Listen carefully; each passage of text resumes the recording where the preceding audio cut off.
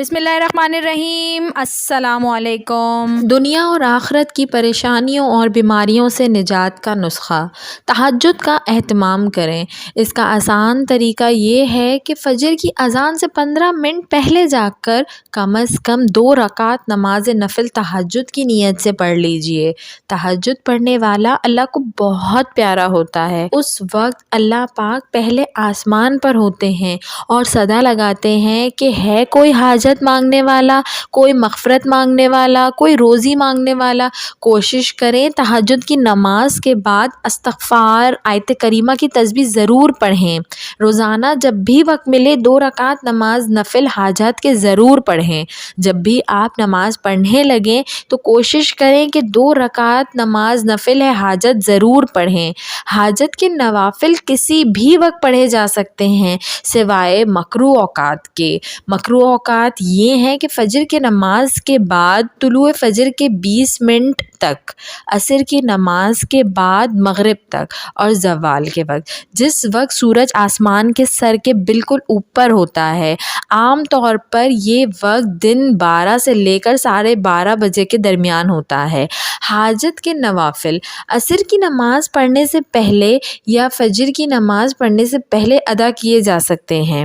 ہر نماز کے بعد 10 مرتبہ سورہ اخلاص اور 10 مرتبہ درود ابراہیمی پڑھ کر سچے دل سے اپنے حق میں دنیا اور آخرت کی دعا مانگیں۔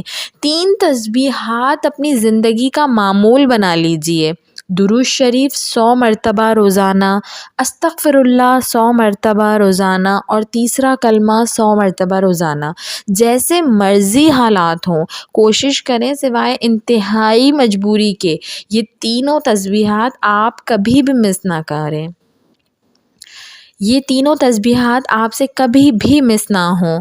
انشاءاللہ اللہ تعالیٰ آپ کی تمام مرادیں پوری کرے گا اور آپ کے لیے آسانیاں پیدا کرے گا۔ التجا، آپ اپنی دعاؤں میں میرے لیے بھی دعا کیجیے گا کہ اللہ تعالیٰ میرے لیے آسانیاں پیدا کرے۔ آمین ثم آمین۔ دعا، ہم سب دعاؤں کے محتاج ہیں۔ میری دعا ہے کہ اللہ تعالیٰ آپ پر اور آپ کے گھر والوں پر اپنی رحمتوں کی برسات کا نزول کرے اور آپ کے لیے خوشیاں اور آسانیاں پیدا کرے۔ آمین ثم آمین۔